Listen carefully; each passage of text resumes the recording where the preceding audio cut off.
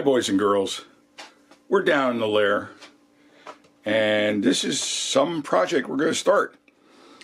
And if you know me, you probably have an idea what this is going to be. But the question is, which one is it? Well, let me start by saying this is one we've never done before on the channel. And in my opinion, I think it's probably the best looking out of all the tube Trans-Oceanics out there. Oops, did I let that slip? All right, here it comes. Yes, boys and girls, it's a Trans-Oceanic. And if you look at the script, is this an HE005 maybe? Nope. Let me get it in the picture. It's a G500. This is really, I think, one of the best looking tube TOs out there. It's got the dial surround in brass, okay, and you can see through it. Actually, this is the original one in good shape, according to the owner. And also, this has the AM wave magnet up here with the nice, brilliant Zenith crest, and it says, in words, to royalty or radio. So this is a G500 from 1950. This was a one-year-only radio, although I believe the production run was 15 months. So, if anybody has more information on that, please let me know in the comments. And this belongs to a friend. And he gave me a bunch of TOs. And you can see here in the picture, you can see them all in the back of his car. And I agreed to be the caretaker of all those TOs if I just restore this one for him. So this is our plan, and let's get started. All right, here's the chassis out of the box, and figure I'd do a quick visual inspection before I do anything else here. It's the front, and it's pretty clean, actually. It's the top of the chassis, and got the production date on here, so let's take a look. What does that say? 12/19/50. Or that's 12/19/50. I think it's month, day, and year, the last two digits. So I would say this is probably a later version, before a few months later or so that the H500s came around. Here's the bottom of the chassis. You can see it's pretty much, it's all completely original. This is how you want to find them. I mean, you have no way of knowing unless you take it out, so it's purely by dumb luck. But you can see this is the original selenium rectifier. All right, all the capacitors, everything is original in this radio. So this is a good thing. This is what you want to see. Sometimes there's a tag here on the bottom of the band switch tower, but I don't see one on this one. So okay, I think I'm gonna, let's see, how should we do this? Well, I've got a battery pack, so let's see if this thing powers up on a battery pack first. Okay, I've got my homebrew battery pack attached to the radio, and I've attached a 600 series wave magnet, and I have it saying on top of my recently acquired Hammerlin HQ145X working radio I got at the JD auction. So, got the wave magnet up there, batteries are hooked up, let's see what happens. I think I'm on the AM band, am I? It'll be on the bottom. Yep, I am. Okay, let's turn it on. That's 212 Choices. Oh, I love it. 84 at 38th Street in Manhattan. Most insurance. Oh, looks like the tuning string is slipping a bit. Okay, so I'll just tune it from the tuner. So that's good. But I'm still worried about the Fed. The Fed is just, the Fed is the Fed, man. They should do nothing. Just do nothing, because they're always wrong. Trump should actually declare, now that we know presidents. If you look at UCLA's schedule the rest of the season, I know he says we got to go back twice in the Big Ten tournament, all this stuff. Okay, they go to... sometimes it's just better to be lucky than good. So we got a working radio just to start out with. So that is just really, really cool. So I think what we'll do next is, just for grins and giggles, let's see how it plays with the line cord plugged in, but I'm not just going to plug it into the outlet. I'm going to do it through my Variac with the isolation transformer and just double check it there. All right, I got her all hooked up. Should be fired up and ready to go. I got the radio on a strong station. In this case, I got it on WABC AM 770 kilohertz. Going to turn this guy up. And theoretically, if the selenium rectifier is happy, this thing should start playing around, I would say probably around 90 volts. So let me start bringing this guy up. Let's see what happens. Oh, let me get the amp meter in here so you can see that as well. All right, so that's 50 volts, 60 volts, 70 volts, 80 volts, 90 volts. Like the radio's turned on. Just not happy right now. Let's go in increments of 5 volts. That's 95.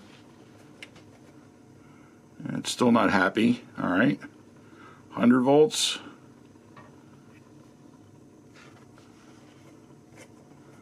Okay. Just keep going. 105. Larry Kudlow Show. Up. Big week for stocks. Very good week for stocks. Yesterday up over 300. The Dow was up 1,549 points for the week. So Drawing those tenths. Something is going up. Okay. All right, so here's my spin on what just happened here. All right, the radio is working, but I had to get it up to 105 volts to make it happy. It was only running a tenth of an amp, which is probably okay, so it's not drawing excessive current. So here's my thing, my situation here. I think that the selenium rectifier is probably slightly weak. And we probably have some leaky caps. I saw a lot of film caps in there. So they have to go. So I think what I'll do is, just for grins and giggles, first I'll, let me see. Well, there's a couple of violator capacitors in there that are always kind of weird. There's two 0.047s. The one's for the, well, let me just change them and I'll explain later. So I got the chassis turned over so everybody could see it. The two capacitors I was going to change is this guy here. Okay, this is just like kind of an isolation capacitor here. And then this guy, these guys, I actually had a radio one time, and if you remember this story, probably told it a million times, but I had a H500 chassis. I was bringing it up on a capacitor, and about 3/4 of the way there, this guy literally blew apart because it's a film cap that's molded in halves, and it blew apart. And then it was just like watching a cartoon, you know. It's like you're sitting there with your kids and you're watching a cartoon and something bad's going to happen. Well, this capacitor literally split in half right where it's molded together, and you can actually see the line. It's kind of hard to see in this one because this is spun the wrong way, but blew apart in half, and a perfectly symmetrical smoke ring came out of it. It was just really, really funny. So I figure, okay, I'm going to get two 0.047s, and I'm going to get going. Now, here it is. Here's a good reason why you might want to check your capacitors before you start putting them in the radios. Now, here's one that I got from Sal probably, at least 3 years ago. And this is a 0.047, and it's rated at 630 volt. And it's a J type. All right. I have it in my universal tester. Look what it says. 104.5. Okay. And it's even got some leakage on it already. Are you kidding? So, you know, people say that these testers are crap and are garbage. You know what? Better stock up on before our next president puts the lockdown on getting anything from China, because these things are actually pretty darn handy. So I'm going to clamp on a second one here. Trying to do this with one hand and hold the camera. So this is, forgive me for not being real professional, but this is just as I go. All right. Another, literally the same, oh, I'm upside down. Literally the same capacitor. All right, 473J, 630 volts. Now watch what happens. That's good, okay? So this is basically landfill right here. It's brand new. I'm going to throw it away. I don't want to put it in a radio. And I'll just get another one of these and test it. So good thing just kind of is, you know, I work for manufacturing companies. You know, they always had what was called incoming inspection. So you do lot samplings of the stuff that you have coming in that's going into your product. Well, guess what? I always do 100% inspection on all my capacitors, whether they're coupling bypass, electrolytics, checking before you put them in a radio. Otherwise, you might be chasing your tail around for a while. All right. You can see I've got the two new 0.047s in here and here. And it just didn't do much, but it'll certainly help the playability of this radio in the long run. So, just as for you not familiar with these style of selenium rectifiers, let me tell you, these are actually pretty good, all right? But they fail a great deal, and why is that? Well, that's because after a while, the electrolytics, they kind of build up some ESR, and they get leaky and crappy, and that puts a load on these things and burns them out. So I figure I'd leave you guys a choice. Now, typically what I would do is I would take a terminal strip like this, and you can see here there's a stud that's supporting that selenium rectifier. So I would desolder the dropping resistor from the selenium rectifier and mount one of these here, and then I could get 3 out of the 4 just like these little terminal strips. These are great. I picked up a bunch of these from somebody doing a house clean out. That was just really, really cool. They allow me to put like say a 1N4007 diode and 3 out of 4 electrolytics on it. That's what I typically do, and then I'll put in like maybe a 150 ohm 5-watt dropping resistor. This is 133 ohm if my memory serves me correct.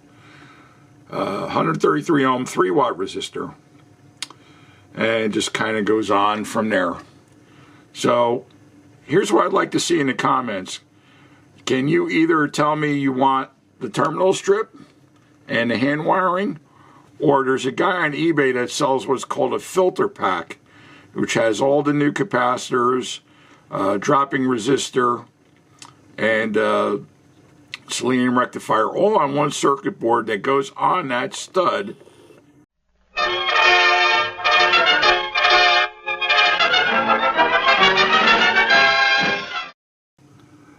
So right after that, the battery crapped out.